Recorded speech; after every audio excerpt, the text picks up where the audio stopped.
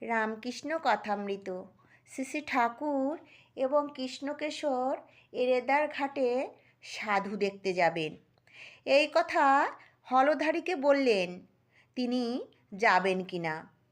তাই শুনে হলধারী বললে, মাটির খাঁচা কি দেখতে যাবে। কৃষ্ণকেশরকে গিয়ে ঠাকুর এই কথা বললেন। সে মহা রেগে গেল আর বললে, কি, হলধারী এমন কথা বলেছে? আরও বললেন, যে ঈশ্বর চিন্তা করে, যে রাম চিন্তা করে আর সেই জন্য সর্বত্যাগ করেছে, তার দেহ মাটির খাঁচা।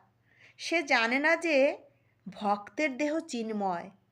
এত রাগ, কালীবাড়িতে ফুল তুলতে আসতো, হলধারীর সঙ্গে দেখা হলে মুখ ফিরিয়ে নিত, কথা কইবে না।